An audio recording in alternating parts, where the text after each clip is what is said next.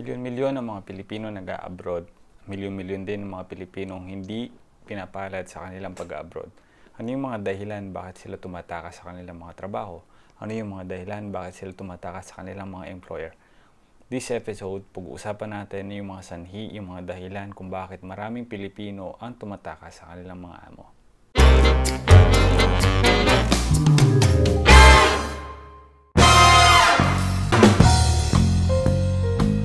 In this episode, pag-uusapan natin ngayon yung mga iba't ibang klase ng tao na tumakas sa kanilang mga employer. Una, siyempre, ang mga nanny, mga maid, mga household workers, mga kasambahay. Kadalasan sila po ay minamaltrato, kadalasan sila po ay ginagahasa, hindi napapasahod ng tama, hindi pinapakain ng tama, kinukulong sa kwarto, hindi nakakalabas ng bahay, etc. etc. Ito yung mga bagay kung bakit sila nag-lead o napupunta sa isang desisyon na hindi nila kagustuhan. Ang pagtakas. Ang pagtakas sa isang employer ay isang napakalaki problema o isang napakalaking maling desisyon ng bawat Pilipino. Pero, bakit nila ito ginagawa o bakit nila ito ginawa? Mga dahilan na hindi natin alam. Mga dahilan na hindi natin masasabing tama o mali. Dahil wala tayo sa ganung posisyon.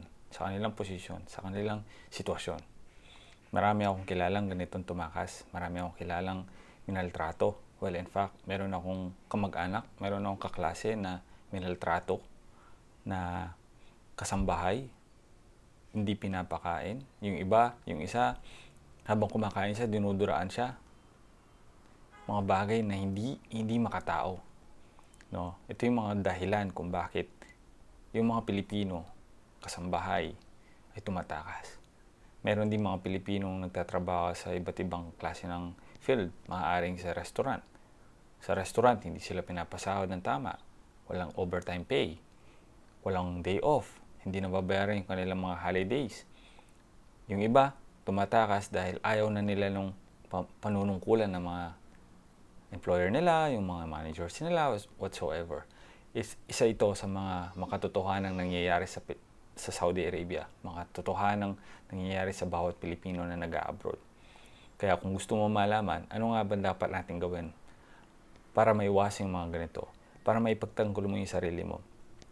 Naniniwala ako na lahat ng mga Pilipino manggagawa sa abroad, especially dito sa Saudi Arabia, ay kailangan respetuhin o igalang ang kanilang trabaho. Subalit, karapatan din natin na malaman kung ano yung mga rights, kung ano yung mga kailangan mong matandaan o malaman para maiwasan mo yung pagiging abusado, pag-abused o exploited ng ibang tao, especially employer mo.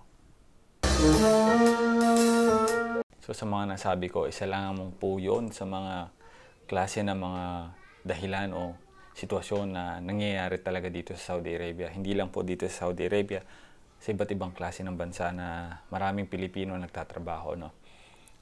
Isa sa mga example ko na rin, yung walang labis na kaalaman sa kanilang trabaho, sa kanilang karapatan. So, pag nandito ka sa abroad, wala nang batas kundi yung employer mo lang. Pero, mali pala yun. So, importante malaman mo kung ano yung mga dapat mong tandaan para maipagtanggol mo yung sarili mo just in case. So, this time, pag-usapan natin, what is Saudi labor law? Ano yung rights ng employee o karapatan ng mga employee? Okay? So, ang lahat ng sasabihin ko po ay base o galing sa Saudi labor law. At kung meron ka mga katanungan o suwisyon o komentaryo sa mga sasabihin ko, maaari mong bisitahin ang website nila. Nasa baba yung link ng website at nang maintindihan mo o ikaw mismo bilang isang OFW. Ano yung karapatan mo? Number 1 sa mga listahan, ikama. Karapatan ng isang empleyado, ng isang employer na bigyan ng ikama o resident permit ang isang manggagawa. Karapatan ng isang manggagawa na magtanong o humingi ng ikama sa employer. Ito ay sasahurin o babayaran ng employer mo yung expenses sa ikama pag-renew nito. If your employer does not provide you within 3 months from your arrival to the kingdom, you can look for another job or sponsorship without employer's permission. So, within 3 months po, mga kabayan, pag hindi ka nagkaroon ng ikama, maaari ka na maghanap ng iba pang sponsorship o kahit sabihin mong hindi ka na magpapaalam sa iyong empleyado o employer. Recruitment expenses. So, ang isang employee ay hindi kailangan bayaran ang mga nagastos ng isang employer mo sa pagkuha sa iyo sa Pilipinas, recruitment payment, yung ikama, pagbayad, pag-renew ng ikama mo, and yung visa mo, exit re-entry mo. Hindi po ikaw ang magbabayad nito, kundi yung employer mo. Kung kayo po ay pinagbabayad o hinihingan kayo ng bayad mula sa Pilipinas pa lang, mag-isip na kayo. Bawal po yun. Job concerns. So, sa Saudi Arabia po, may tinatawag na probation period. Should not be exceeded 3 months. If your employer asks to extend your probation period, do not accept this offer as this is against the law. So, 3 months lang po pala ang probation dito sa Saudi Arabia. Sumobra yon at sinabi ng employer mo na dagdagan dahil hindi mo nakuha yung required requirements ng kumpanya mo, ay huwag kang pumayag. Okay? By the end of the probation, you have the right to ask a proper contract. So, siguro naman, number 1, so, sa listahan ninyo, bago kayo pumunta sa abroad, kailangan meron kayong kontrata. Yung kontrata nyo po ay translated into English and Arabic. Ano man po ang mga papel na ipapapirma sa inyo na walang translation ng English, huwag nyo po kayong pipirma. Okay, just in case naman po hindi nyo po alam kung paano magbasa ng English. Marami pong gano'n mga kapatid, no? Hindi naman po sa marami po akong kilala ng mga Pilipino na hindi po nakakaintindi ng English. So, nangyayari, pinapatranslate nila to sa kapwa nila kabayan, Pilipino, para mas maintindihan yung tao, no? So, maaari din yon. Number 2, maximum number of working hours po sa Saudi Arabia is 48 hours po. So, mobra man po ito ay kailangan bayaran ng employer ninyo. So, halimbawa, ang iyong overtime pay, kailangan bayaran ng employer mo ng 1.5 times the regular rate. Ganun po yun.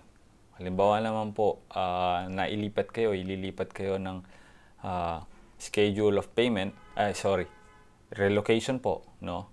Kailangan hindi ito sosobra ng 30 days. According dun sa napirmahan yung kontrata. At itong yung huli, no, other matters. I can say it's other matters. Una, yung passport mo dapat hawak mo, no. Ang passport po ay governed by the Republic of the Philippines, at ikaw ay isang Pilipino ay may karapatan lamang humawak ng passport mo.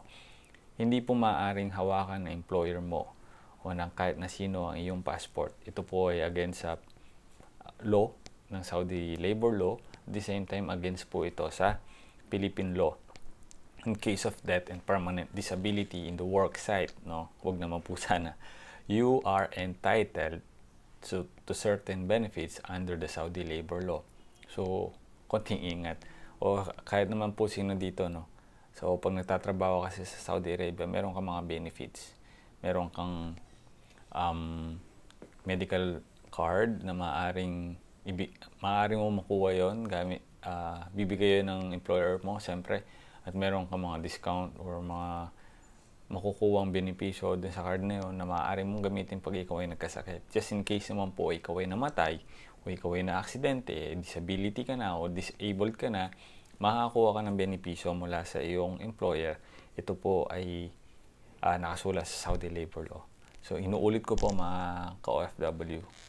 Sinabi ko po ay presented, no, above ay mga sharing purposes only. Hindi po, wala po akong sinabi na iba. At yung mga sinasabi ko lang po dito is pawang mga katotohanan lamang. Para sa iyo, maiwasan mo yung pagtakas, kailangan alam mo yung Saudi labor law. Kung hindi mo alam yung Saudi labor law, mga kapatid, no, yung mga karapatan mo, how you can defend yourself, no. I assure